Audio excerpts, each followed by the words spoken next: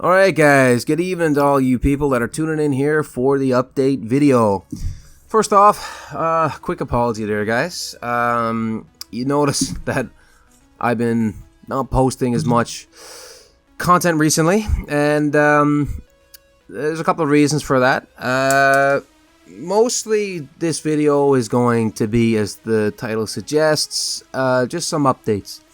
So I'm going to update you guys on a few things. I'm going to update you guys on the streams.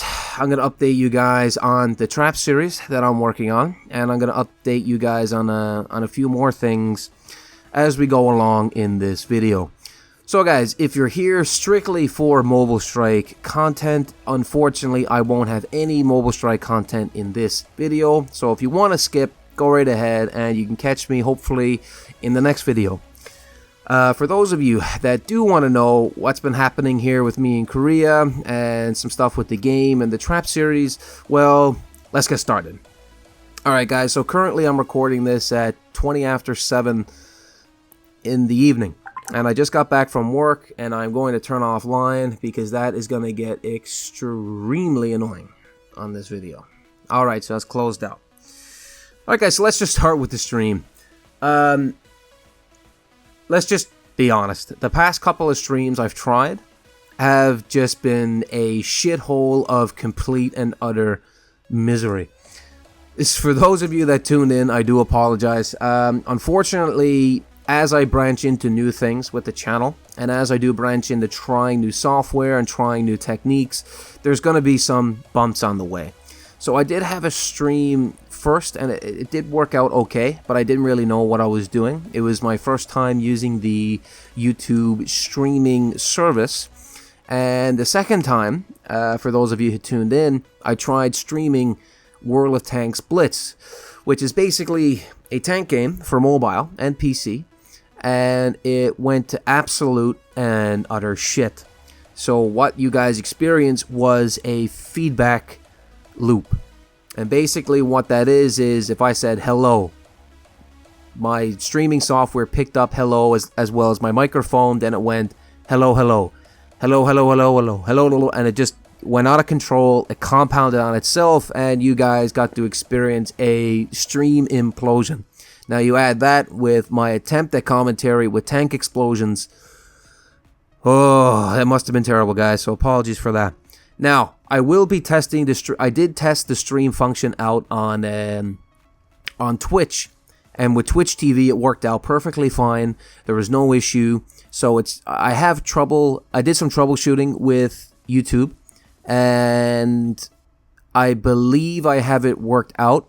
So the next stream that you see from me, in the first couple of minutes, for those of you who tune in a little bit quickly, what I will do, I'll ask you guys for a couple of tests to see if I finally have the issue worked out. And if it's worked out, then I'll continue with a live stream. Now, during my live streams, I will be talking about some things that I probably won't talk about directly in a recorded YouTube video. So that's your chance to ask me questions live on YouTube. So hopefully that's a feature you guys enjoy, and if it's something that you guys don't want to see, well, let me know, and then we can just continue with the normal videos.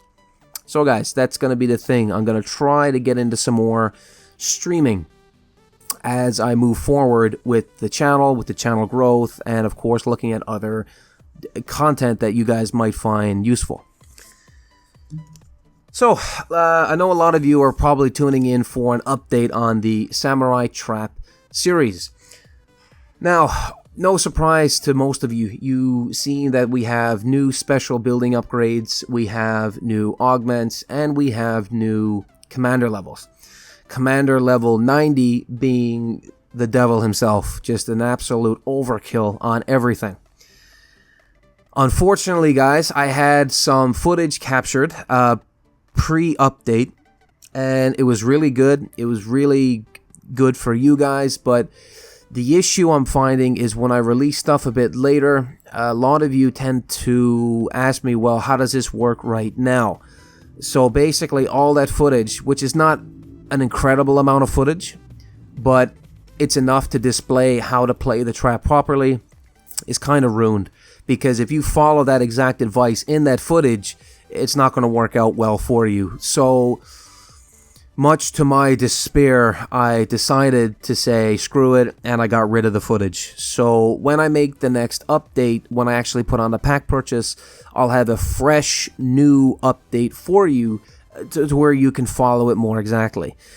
However, just a quick update, if you can't kill the march on the way in, what you need to do is to increase your troop counts. So I took a hit last night from a max guy, and I had 10,500,000 troops. And he sent in a full march of 50 million with the traps, and I only killed 12,500,000. So the new upgrades, guys, with the combat shielding is a big killer for this trap.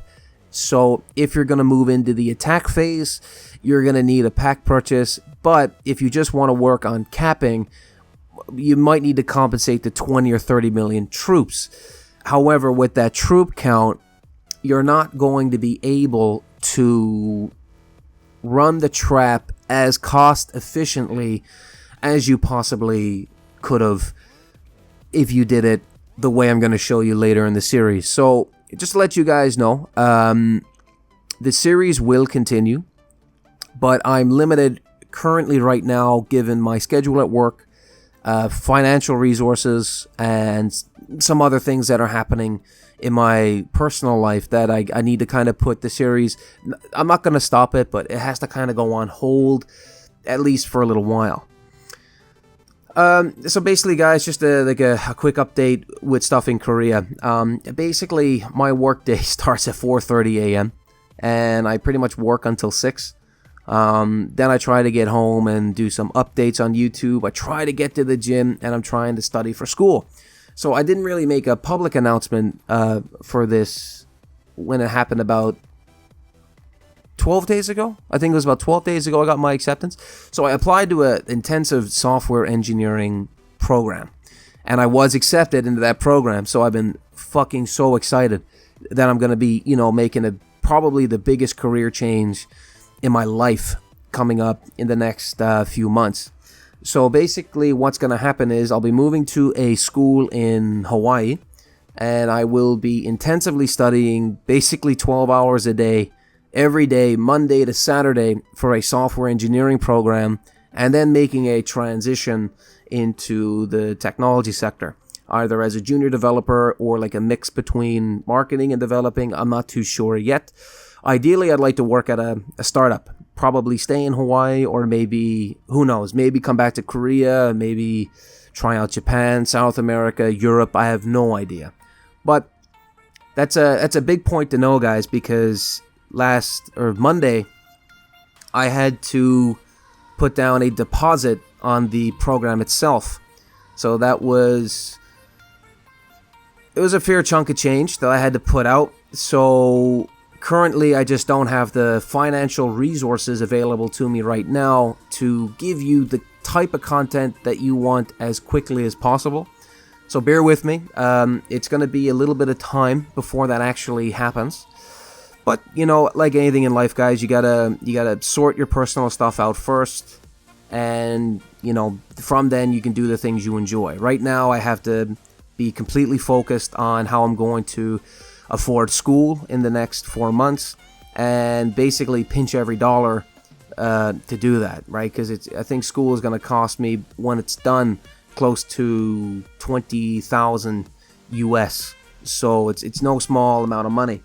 So you can understand if the content is slowed down quite a bit, it is primarily due to I have to get a lot of things figured out over here first in my personal life and like my education.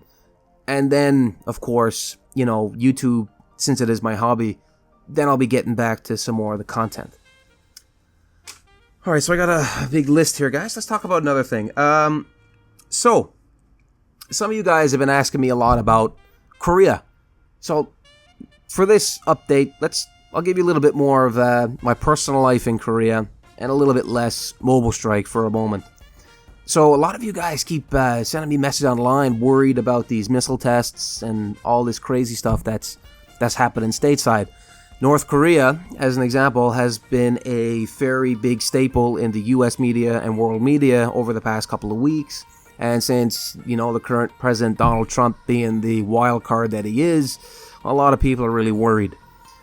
Just in short, guys, I didn't even know there was a missile test until about 2 days ago. And you guys are probably wondering, well, are people in South Korea worried? Well, yes and no. They're worried more than usual, but what is worrying to them, right? You gotta understand that they've been at war. It's a ceasefire here in North and South Korea, which means they're technically still at war. But they get threats every other day from North Korea. Now, most of it they don't follow through on.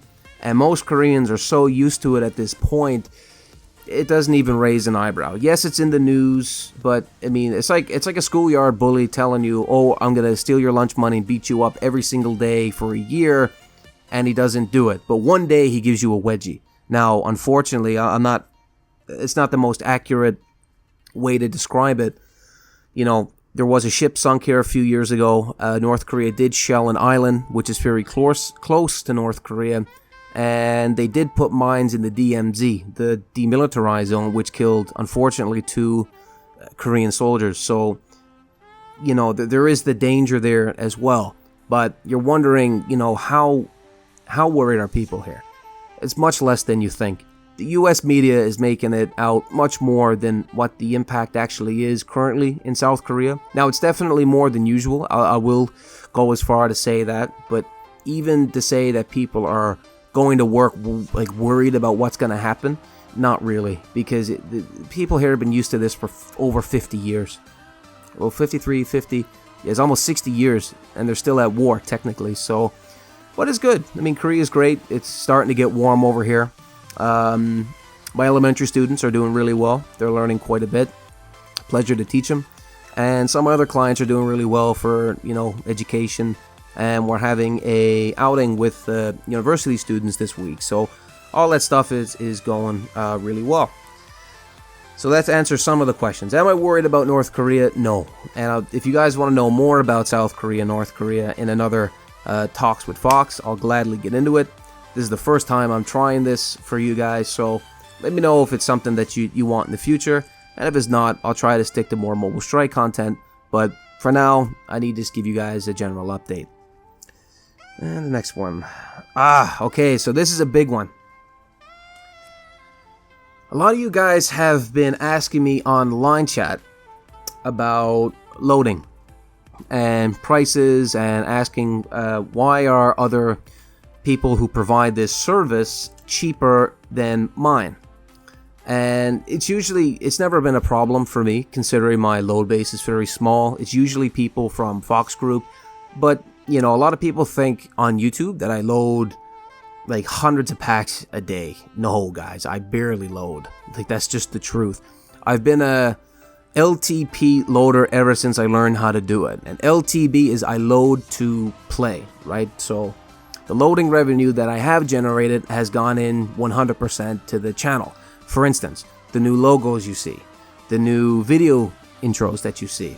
I was able to purchase a editing software to help make the content better. But eventually, and this is just something that I've decided personally, I will be moving away from loading as school gets closer, because it's a huge time demand on me as is with all that I'm juggling. And you know what I mean, it's always been a means to an end for me, right? So, but we're getting off topic for a second. So this next section of the video, I'm actually going to educate you a little bit on what the service is, not how to do it, but just to give you information so then you can decide on if you're being scammed or if your account is in danger. So basically, guys, just and this is going to be very brief. I'm just going to talk about the economics of the people who do provide the service. So generally, one of the biggest questions that I get about loading is price. So I say, so it's like, Demon, like, what are you charging for packs? And I let him know the price. I say, oh, there's this one guy doing it for $50 cheaper. It's like, can you match it? And my response is very simple. No, I can't. And is asked why. I said, well, I can't even load the pack that cheap. So how are they doing it? Right? Now, there's a couple of ways we can look at this. They could have a brand new method at which they can do it. And there are some people who do have a new method, but they're fewer than more, right? So let's look at an example. How can you tell if you're being scammed in Mobile Strike? Whether it's from a rogue loader that doesn't know what he's doing, or someone that does know what he's doing, but they're doing things that can put your account credentials at danger. So guys, there's generally two types of loaders. There's the normal loaders, like who use the method that I use, and they usually charge between 20 to 30% margin on what it costs them to load. So a lot of people think that a loader gets the pack for free. It's not true. What happens is, in this service, a loader will make the purchase for you on their behalf with their device, because their device is set up to where they can get a lower price compared to you, right? And they make the purchase on their behalf to give you the discount, and they make a little bit of margin on top of it. So let's say an example, do people make a lot of money loading? Not really.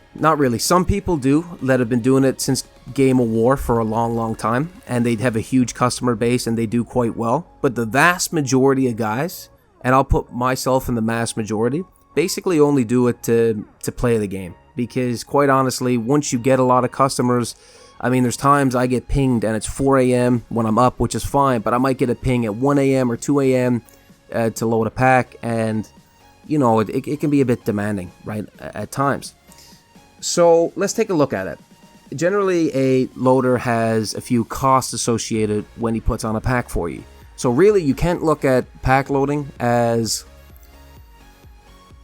selling a product. You're basically paying for a service that gives you a discount. So the loader's cost will be what it costs that individual to put the pack on. And then after he puts that pack on, there's a tax associated with that.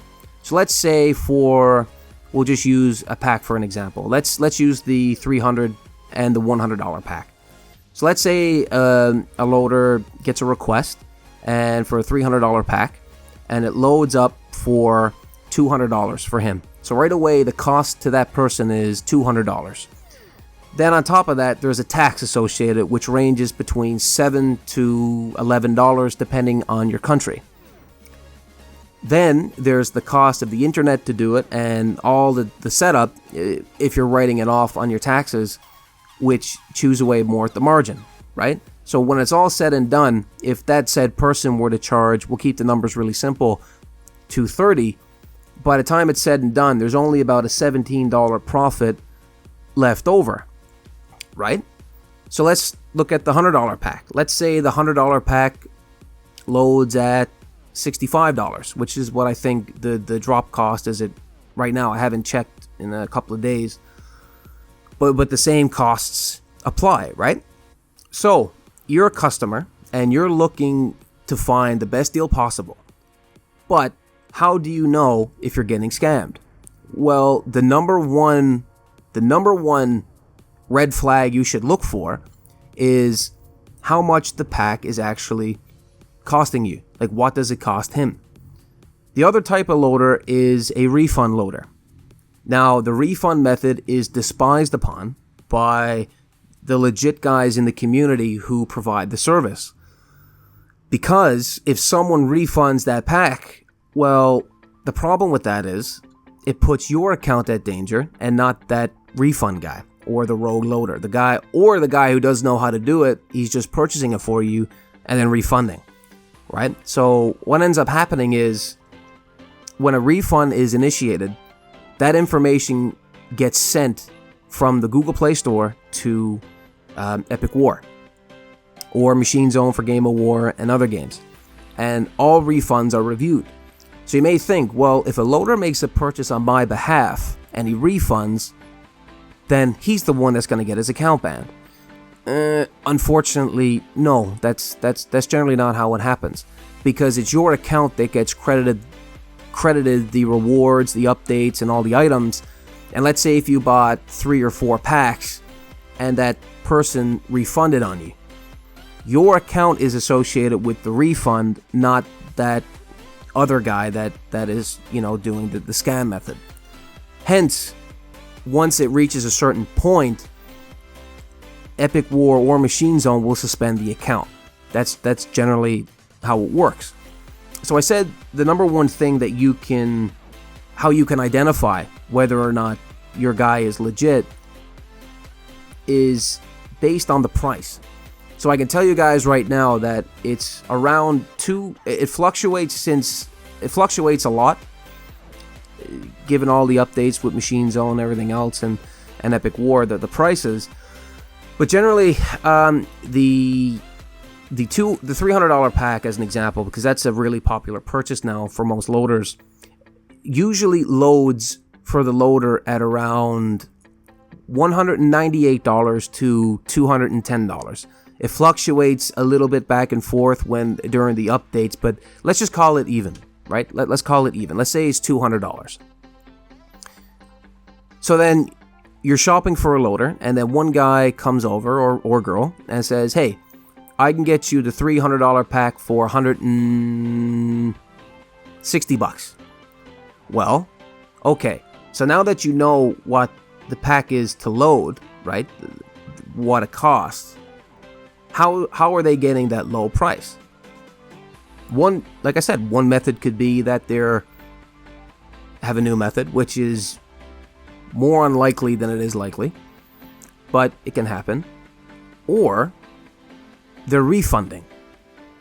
Because you got to think about it. If you know the cost to a loader is, say, $200, and someone's doing it $60 cheaper than you, or $50, whatever it may be, your first question should be, well, okay, if I know loading is a business, and I know that loaders make a small amount of margin on it, and I know what the cost is to load, how are they making money?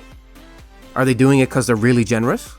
I mean, so let's say you get 5 packs. Are they just, and say they lose $50 a pack, are they just donating $300 because they're being nice to you?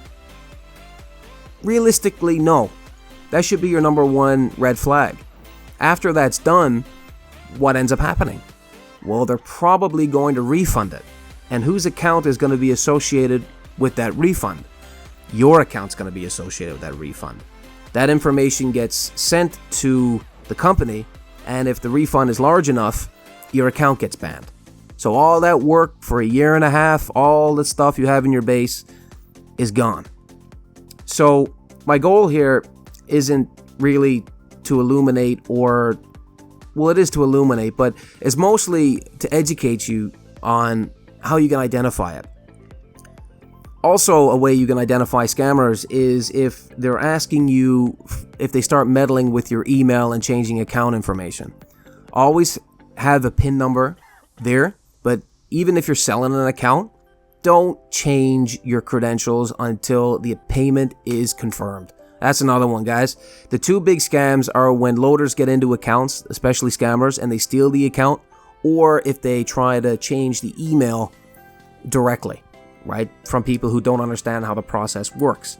Generally, the process works. You log in, you purchase, you log out as quickly as possible, and it takes about 5 minutes.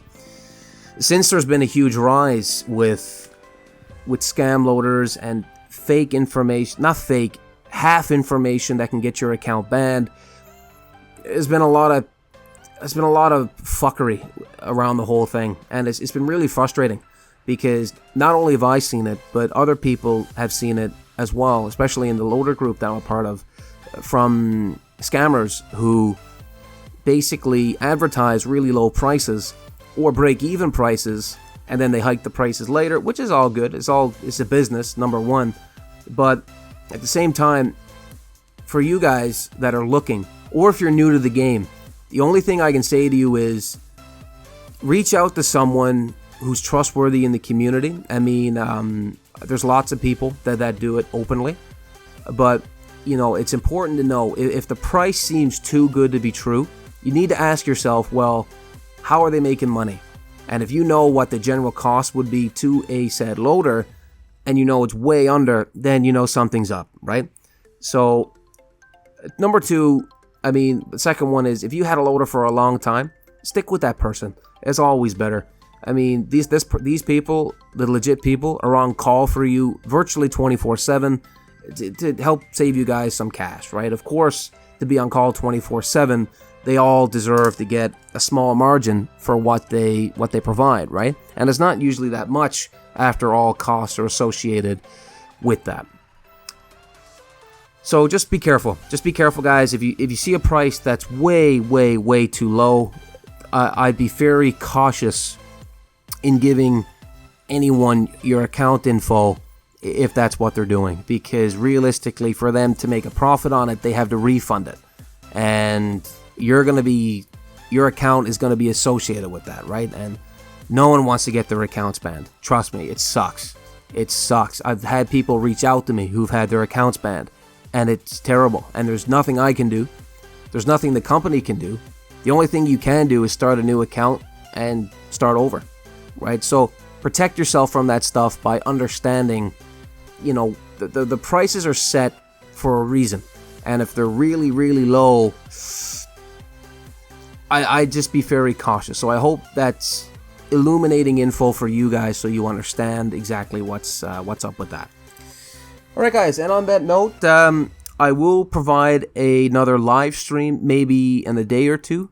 And I'll go over some stuff there and where it's happening. When the cost of the packs go down a little bit and I can almost get to, say, commander level 88, 89, maybe 90, then you'll see the attack section of the series come up. But content will be slow for the next little while.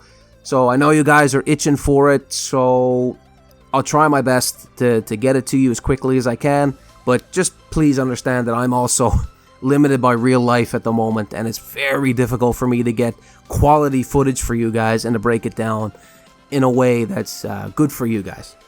Now, I know this has been really long, guys, so if you stayed to the end, thank you so much. And for all of you guys that have supported me up to this point, thank you. Like, the channel does not exist, you know, without you guys, and it can't exist without you guys. So for me, you know, this has been a hobby I started a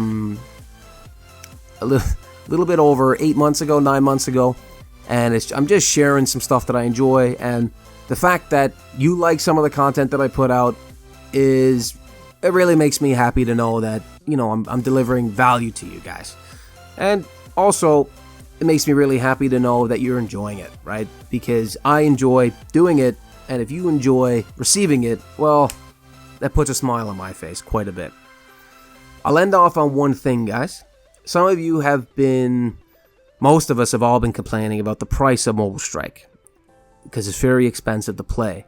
Well, I have an update for you. I found another game that's basically a carbon copy of Mobile Strike, but it's much cheaper. And it's like Mobile Strike was about a year ago. Remember when you could raid bases, and if you get a couple of 100 million resources, you could complete a resource tree or build more troops? It's basically Mobile Strike, but back in the old days, the fun days. Be on the lookout for that video, guys. But it's fun, the graphics are better, everything in it is just better than Mobile Strike. The only difference is they only have tier 4 units, right?